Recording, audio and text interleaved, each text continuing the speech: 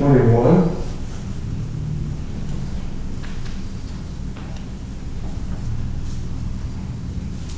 And I'll be looking at Matthew 21, verses 18 through 22.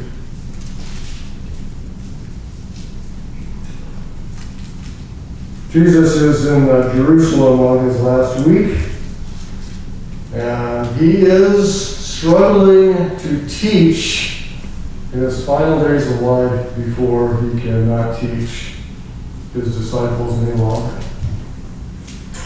This section is the fig tree withers, Matthew 21, verses 18 through 22. Early in the morning, as he was on his way back to the city, he was hungry. Seeing a fig tree by the road, he went up to it and found nothing on it except leaves. And he said to it, "May you never bear fruit again." Immediately the tree withered. I always wondered when I read this. Jesus spoke to the tree and it withered right away at his word. What power the Lord has. Verse 20. When the disciples saw this, they were amazed. I'm not sure why. They should know Jesus well enough by now. "How did the fig tree wither so quickly?" they asked. Jesus replied, "I tell you the truth, if you have faith and do not doubt, not only can you do what has done to the fig tree, but also you can say to this mountain." Which was mountain, Sally? I might go try this someday.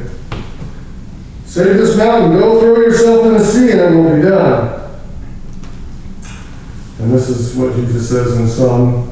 "If you believe, you will receive whatever you ask for in prayer." Well, we know that prayer is important. As he was preparing to go to the store, a man was leaving home, and his wife told him, "Dear, when you go to the store today, will you get a head of cabbage?" And the man, being a typical man, said, "Yes, dear, of course. What size?" "Oh," replied the wife, "about the size of your head." I meant at that point. So on his way to the store, he met a friend who had a garden. The friend was very accommodating. The friend said, "Oh, a head of cabbage. Just go out in my garden. Feel free to help yourself. You take any head of cabbage you want." And so the man did. A little bit later, another friend came to ask the gardener, saying, "Who was that weirdo that was out in your garden this morning looking through the cabbage?" And the man who owned the garden said, "What do you mean, weirdo?"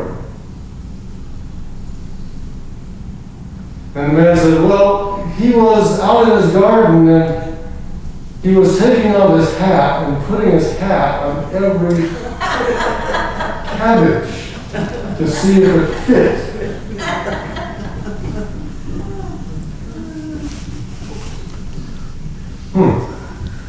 One way to measure your head, put your hat on cabbage. There's some weirdos in our world. Well, I just kind of use that story this morning to ease into the fact that each of us, I know, has had to wear many hats. Even if you don't wear hats too much, we've probably done a lot of things in our life. Maybe we think, I've done too many things, I want to rest. But I would suspect that we're all alike, that no matter how many things we've done and how many hats we may have worn to do the things we need to do, that we have used, I hope, a lot of faith to do it. And I think we'd say together, all of us shouting out, there's not much we can do. In fact, there's nothing we can do in this life rightly, in the right way, without using faith. Right? How many of us use faith? I'm not saying 100% of the time, all the time, but I'm sure all of us use faith a lot. And you may say, well, Gary, how do you figure that? Well, I don't think we'd be the church without faith. It takes a lot of faith to live through this life, doesn't it?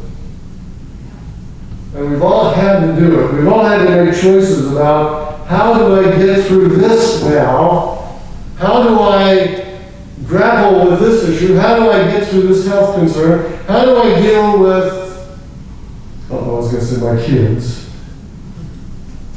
Phil's not a kid, so we can say that too. How do we do everything that we have to do? Or kids, how do I deal with mom and dad? I'm trying to be fair here. Anyway. How do we do it? This living of life in this thing called life. Now, don't you feel sorry for people that try and live through this life and all the things that happen to us as human beings and all of the things that we go through in work and family and trials and fixing things and doing anything? And don't you feel sorry for people that don't have any faith? I do. We may even have family members that try and do things in their life or go through things, and they're breaking our hearts because we know that they're not living and doing their life by faith. And by the way, we've got kind of that going on in our family right now. We have a younger person. He's really struggling.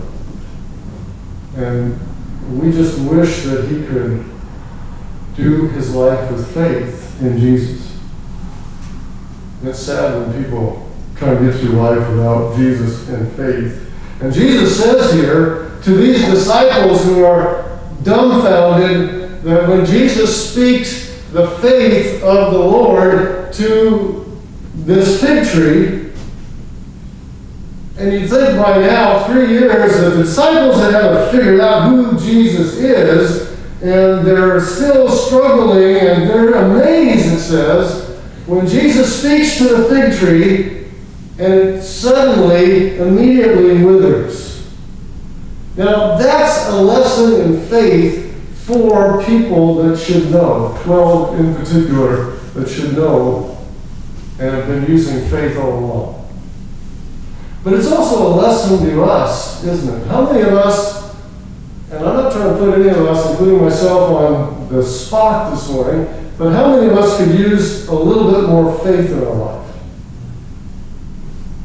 Okay, yeah, I certainly could. Because I realize that there's a lot of moments that I've had in my life where I come up short on faith.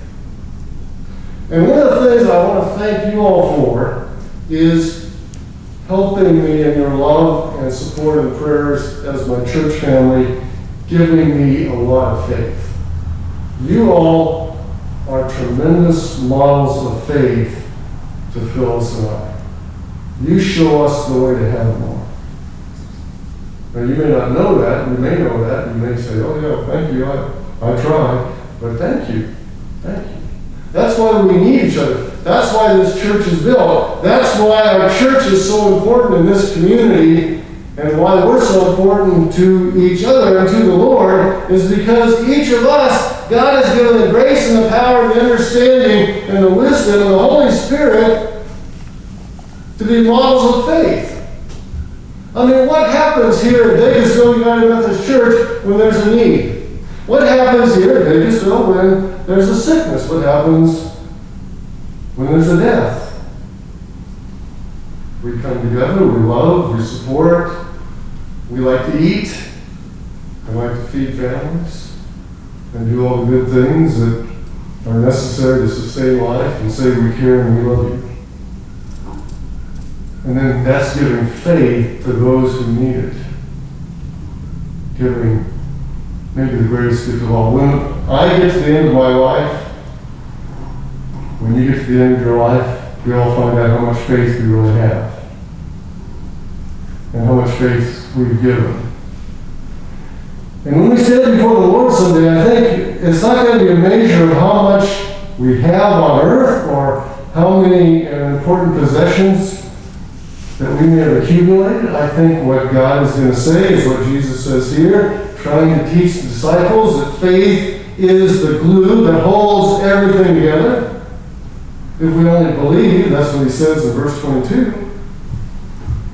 That we're going to find out the greatest thing that we've ever done and can ever do with every moment of our day is to operate through faith using Jesus Christ and his power. Isn't that what we need? I mean, what is faith without Jesus? You know, the world says we can have faith in something, and empty things. Faith in our bank account, faith in our work, faith in our identity, faith in who we are, faith in what we've done if we have the privilege of having a few decades behind us. That's just worldly faith, and it doesn't last, and it doesn't count to a whole lot. But faith that is real, faith in Jesus, faith that is eternal, faith that builds in things that are, as it says in Hebrews 11, unseen, but more real than even life itself. That's the kind of faith that Jesus has in you and me, if we will use it. So Jesus is really teaching the disciples this morning to use the faith that they have. The faith that they've seen, the faith that they've seen magnified through him, and the faith they've even tried themselves countless times. Remember when Jesus sends them out in Matthew 10?